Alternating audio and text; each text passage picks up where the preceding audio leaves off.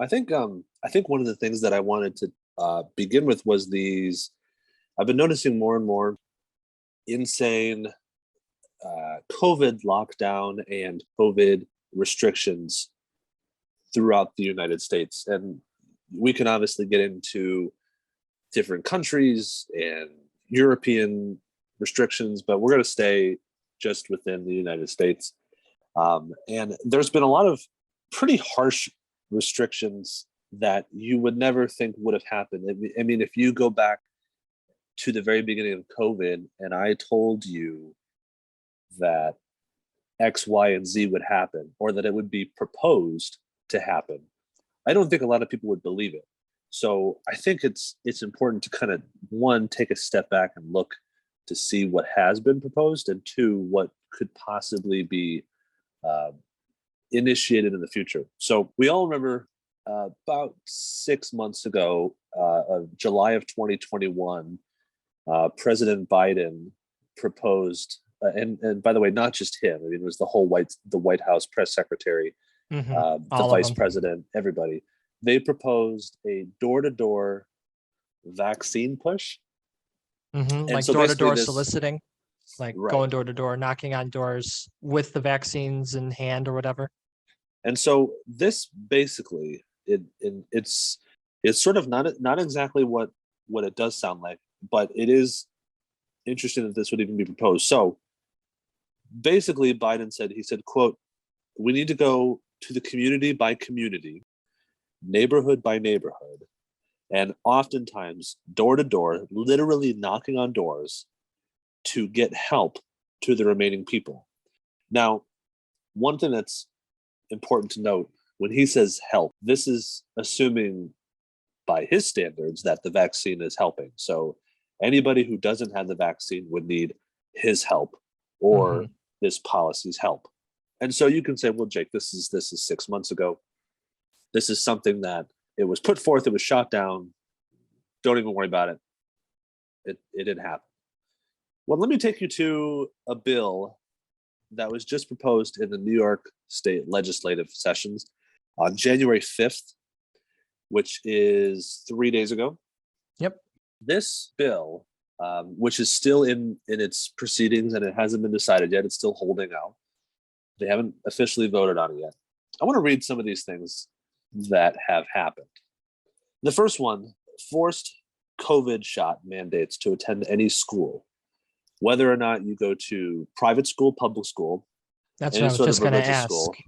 Yes, it's for any school, that if this bill was to go through in New York City, this is just, by the way, all these things that I'm going to name, it's just only a few that are on this bill. That if you go to any school in New York, you're required to get the COVID shot. So whether or not the school thinks it's a good idea, if the school has been advised by, let's say, a healthcare department that's more conservative, that it's not vitally important for you to get the COVID shot, therefore the students don't have to get it, you still have to do it. It's forced. Especially the kids, because as we've seen, COVID almost does nothing to children. Regardless of what variant of the month you want to talk about, COVID overall does not affect children the way it affects, for example, 65 and older, which is the deadliest range. So, right. That's the first. Second, and this is, I think, one of the more insane rules that they're trying to push through. Quote, forces all adult vaccine records into state database. Wow. So if we step back for a second, one of the movies that I think is kind of cheesy, but it was incredibly important in terms of what the possibility of getting people's guns taken away from them was the movie Red Dawn, and it was in the 80s. Now it's a pretty far out there movie because the movie itself is centered in in the West, so Colorado and the mountains, and the Russians and Cubans and Mexican have invaded the United States, and there's a war. And anyway, but they invade Colorado, and the first thing that the general does when they take over the city in Colorado, and he says, go into the recreational centers, go to shooting ranges, and go to the sporting goods stores. Pull the databases of everybody who has a registered weapon. Why? Well, because they want to know who's a threat, who is a possibility of somebody who's going to fight against them, and they don't want to worry. They want to get those people, round them up, put them in a camp. That's it. You're talking about putting vaccine records into a state database, which I would imagine is not the safest in terms of, getting hacked. You're talking about public health records that would state whether or not you have the vaccine, whether or not you've gotten boosted. You don't have a choice if it's in the database or not. Now, why is that an issue? Well, let me propose to you that on a national level, that Biden or some other president, let's say if it doesn't happen now, the president of the United States puts it in order that those who are not vaccinated, it's a public threat. Anybody who's not vaccinated is a threat to anybody else. Therefore, they need to be put either fined, jailed, whatever. Yep. Well, they go to New York and they say, let's start there. Don't worry, we have have the a database. records. We know exactly who and who doesn't. And anybody that doesn't provide that information, they're arrested anyway. Okay, so you're talking about 1, forced COVID mandates to attend schools, and 2, your public health records are going to be in a state database for anybody to see who wants it and who needs to get that information. Next one, forced COVID shots for college. That's sort of happening everywhere. But this is again trumping a college's decision to do that or not. They're just saying you have to do it. Even the private college, like one that's private college, like a Catholic school, like St. John's, I'm pretty sure is in New York. Like they're not funded. I mean, I'm sure they receive federal funding, but they make their own choices. They're not state run or anything like that, but doesn't matter under this law if it passed, hypothetically. Right. Next, forced flu shots to attend school and preschool and daycare. Okay, that's again something that's, I don't know about in terms of schools, preschools, but that's on a lower level. The next one is again in a different category of, in my mind, of an alarming attempt to take away your freedoms. Assembly Bill A8398 eliminates religious exemptions for work and college. So let's just take away the college aspect. Let's just say work. Let's say you work at a private company. They're being mandated to require their employees to get the vaccine. You put forth a religious exemption, it gets approved or denied for whatever the reason is. But now they're saying, no matter what beliefs you have, no matter what you believe in, no matter how you believe it, no matter how long you believed in it, that doesn't matter. Get the vaccine.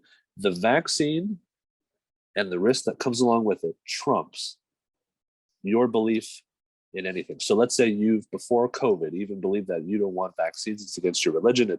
It's putting something into a sacred temple, your body, and you've believed that your whole life. Now they're coming forth and saying you can't even put an exemption through to request not to get it. It's impossible, and you're going to get the vaccine, or if you don't get the vaccine, you're going to get fired. So now this is the entire state, and not just college, just the workforce. This is essentially saying anybody who's religious has to get the vaccine, or you need to move out of state because you're not going to work anywhere in this state because religious exemptions don't even matter. And the fact that this bill has even been proposed, and I don't know the rules for the New York government. I know each state sets their own rules for government proceedings and such, but that is in direct violation of the First Amendment, like completely in opposition. And if I'm not mistaken, what I was taught in government class in high school is the federal laws always take precedence over the state laws. The 10th Amendment is the laws not decided by the federal government shall be left up to the states, and they can enforce as they please. So Right. I'm really astounded. And again, all of these laws, if you live in New York, I'm terrified. I don't even live in New York, but I'm terrified that these laws were proposed. Oh, well, wait, there's more. Ooh. Now, these next two, I'm just going to read them off back to back, but I just want anybody who's out there, who's listening, who's a parent, and who's made decisions for their children to listen closely to this. Let's imagine you live in New York City, or even New York, And whether or not you're conservative or liberal, let's just say you're more on the side of choosing what to do with your own children. Nobody should tell you how to raise your kids. Bill A3091/S3041, quote, eliminates parents' consent to shots when a child reaches 14 years of age.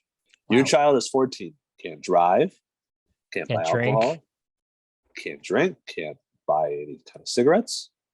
But now they've reached the point where they can decide what shots to put in their body. Your beliefs only reach your children until they're 13 years old. Mm-hmm. Now, the next one eliminates parents' rights to consent to STD shots for children of any age. Any age. That makes zero sense because we have an age of consent, right? Like, why? You have an age of consent, exactly. But that's, again, going out the window. Now, the last one is the craziest. But the best so far, if you take these rules for this supposed bill, okay, let's say they're approved. Well, other states are going to try it as well. But what you're also going to do is you're also going to set a precedence of where does it end? You've done parents consent to shots when they're 14, STD shots of any age. What else can the state legislature decide for your children that you don't need consent? Is it going to be medications? If a doctor prescribes your child a medication, who are you to say they don't need it?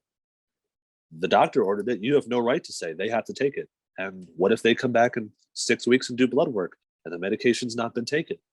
Yep. Are they going to arrest you? What are they going to do? I mean, where does it? Testing, experimental testing. Yep. It just is, you give them an inch, they'll take a mile.